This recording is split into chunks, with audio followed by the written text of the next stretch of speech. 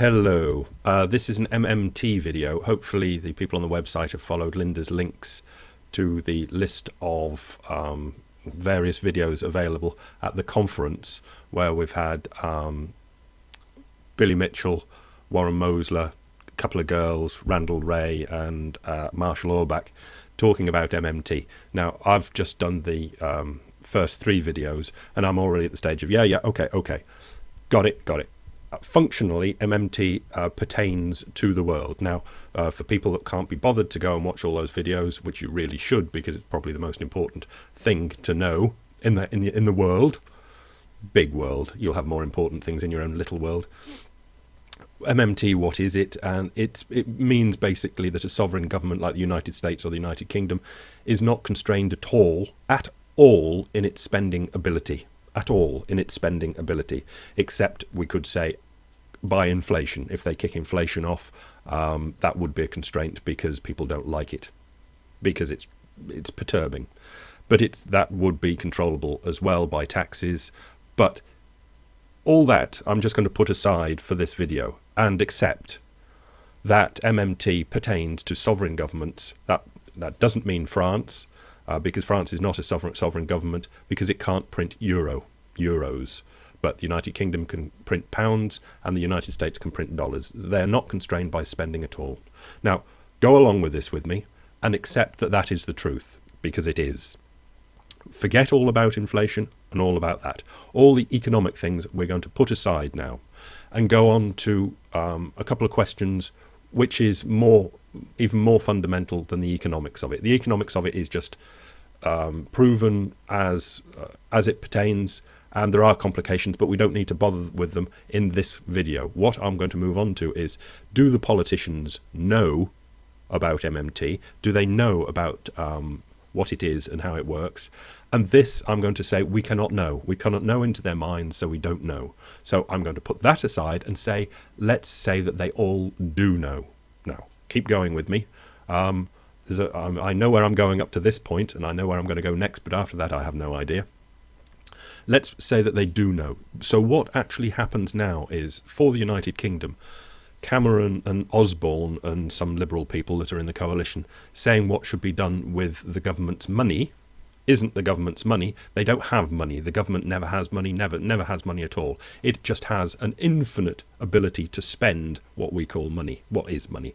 So it doesn't have money, it just has an ability to spend money, and infinite amounts of it. So it knows this, but it has chosen not to spend it.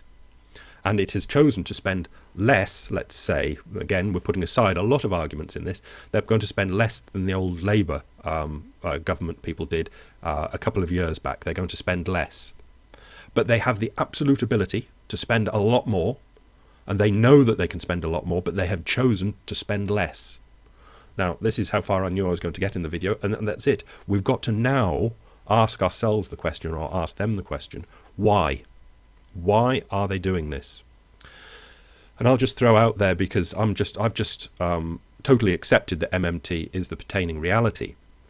And then it goes on to the next question, which is democracy and the political questions of the politicians who understand this. Why do they not use this to spend more than, say, the Labour government beforehand, using the United Kingdom as an example? Or why does the President of the United States come on the television and say the United States is out of money, we're going to have to cut back, we're going to have to halve our deficit by the end of whenever he said it was going to be, the end of 2011 or 12 or whatever? Why do they do this? And it's a political decision. And the only thing that I can come up with at the moment is that they understand democracy. And what democracy is, it's the people, the demos, are in charge. Now, they're the politicians in charge, and I'm going to put even that sort of thing aside.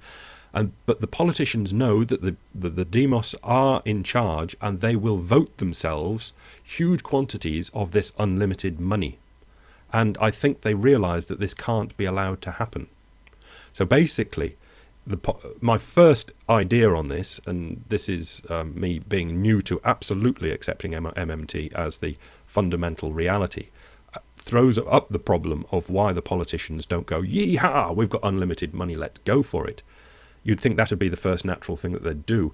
But they are politicians. They know how stupid people are, and they know that the how evil other politicians are, and this is presumption on my part, and they know that the when asked the population, the people, what would you like us to spend the money on, they would go A, B, C, D, E, F, G, and just give them an absolutely endless list and say, look, you've got an endless amount of money, spend the endless amount of money. So then the government has got to come back and say, but this, then we've got to bring out economic things like this might cause inflation or whatever. We're going to use up too many of the world's resources. Those are the only two constraints that actually do exist with MMT. And I don't understand it. So I'm just doing this video to say this is where I think you go next, or certainly where I've been next, with the acceptance of MMT as the pertaining reality. We come to why the politicians don't let rip.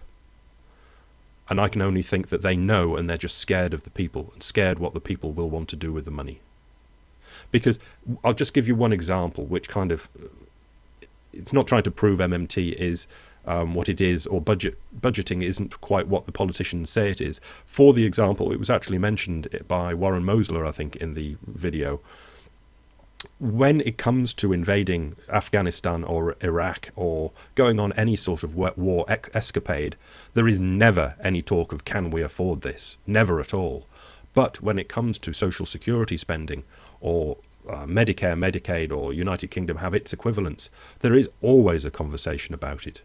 Why is this? And I can only imagine it's political, and what we've come is they realise they do know that MMT is the reality, but there's some sort of political pressures that are pertaining. And if I wanted to string this out further, I'd drag this from Mosler's video as well. I think that it is basically the people that want a small government and the people that want a larger government. But why, when you've got Democrats who are more tending towards larger governments, why does Obama come on the television and say the United States is out of money when it clearly isn't and never ever will be? It's a political decision, but what is actually driving that political decision? It is, in fact, a bit of a mystery. I think so. Anyway, I'll leave it with you and see how you think about things. Thanks. Bye.